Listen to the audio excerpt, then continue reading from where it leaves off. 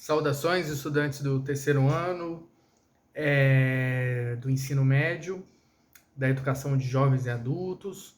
Muito bem, hoje nós vamos falar um pouco sobre a Constituição de 1988, a nossa última Constituição, a Constituição vigente, e que marca o processo de redemocratização do Brasil pós um período do regime militar que foi ditatorial de 1964 até 1985, quando se tiveram essas aberturas, quando se teve essa abertura política, né?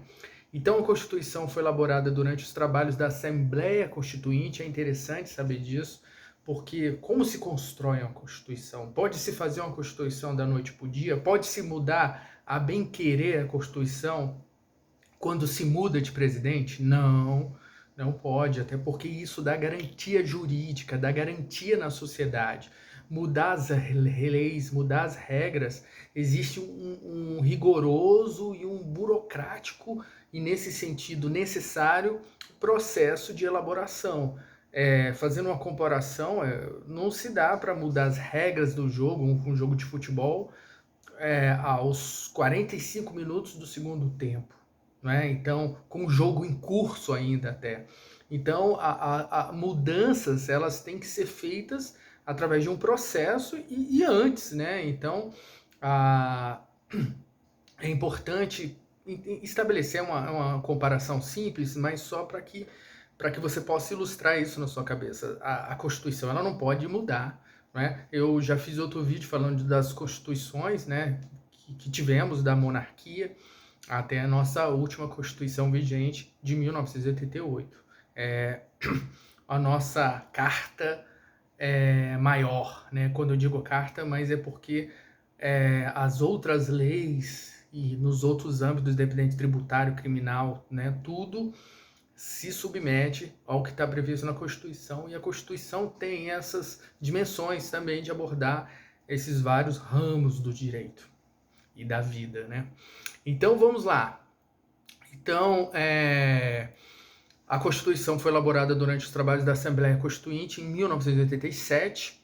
É considerado um marco que inaugurou o período democrático conhecido como Nova República.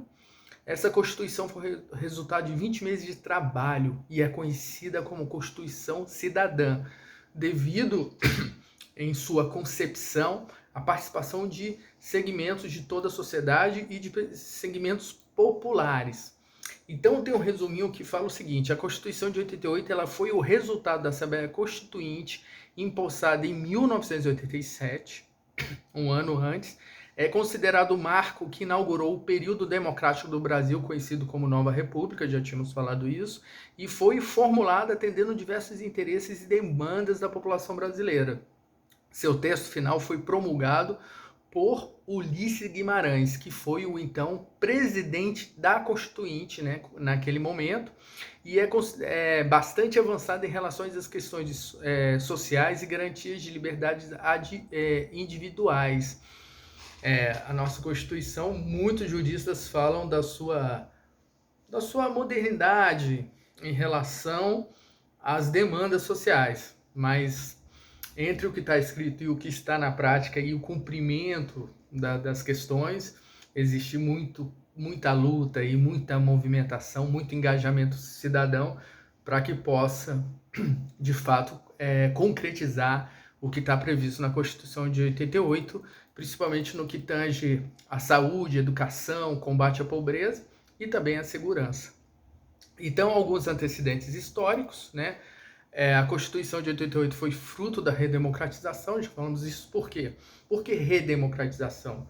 Porque, pela maioria dos historiadores, a historiografia majoritária fala dessa interrupção de 1964 a 1985, período do regime militar. Por muitos historiadores, o período da ditadura civil-militar no Brasil, onde direitos, garantias foram interrompidos e houve os atos institucionais impostos, né? O Congresso nesse momento foi fechado, liberdade de expressão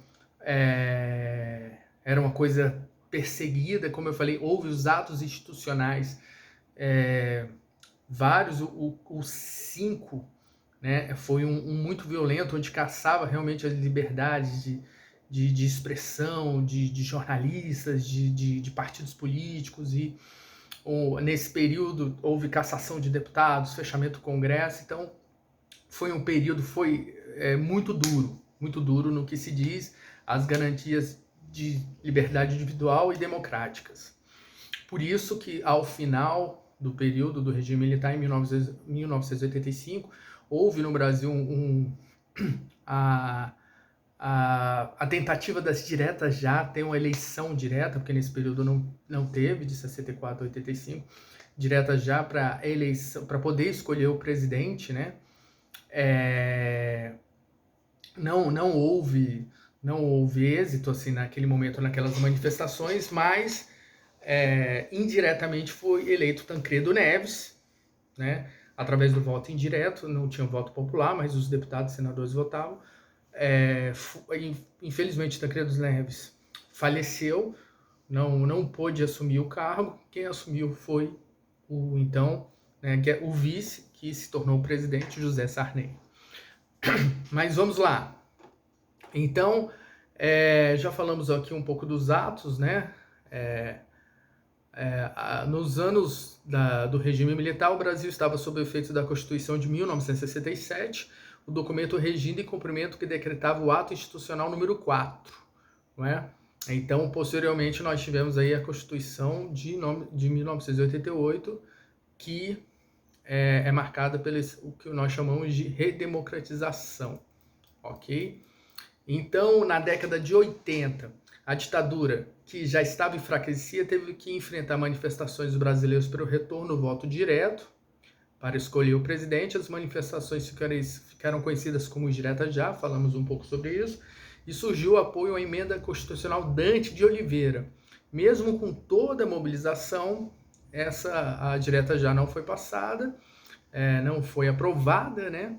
E a eleição aconteceu de forma indireta em 1985, onde foi eleito Tancredo Neves, que, como eu falei, infelizmente faleceu, e o vice assumiu. A Assembleia Constituinte de 1987, que foi toda essa preparação até nascer a Constituição de 1988, a Assembleia Constituinte, ela marcou, né, ela aconteceu em 15... na verdade, a eleição aconteceu em 15 de novembro de 1986 e os constituintes foram eleitos e tomaram posse em 1º de fevereiro de 1987, onde começou a Assembleia.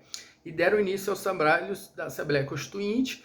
O trabalho da Constituinte estendeu-se por 20 meses e foi realizado por 559 constituintes. O processo de elaboração teve uma grande movimentação popular, né?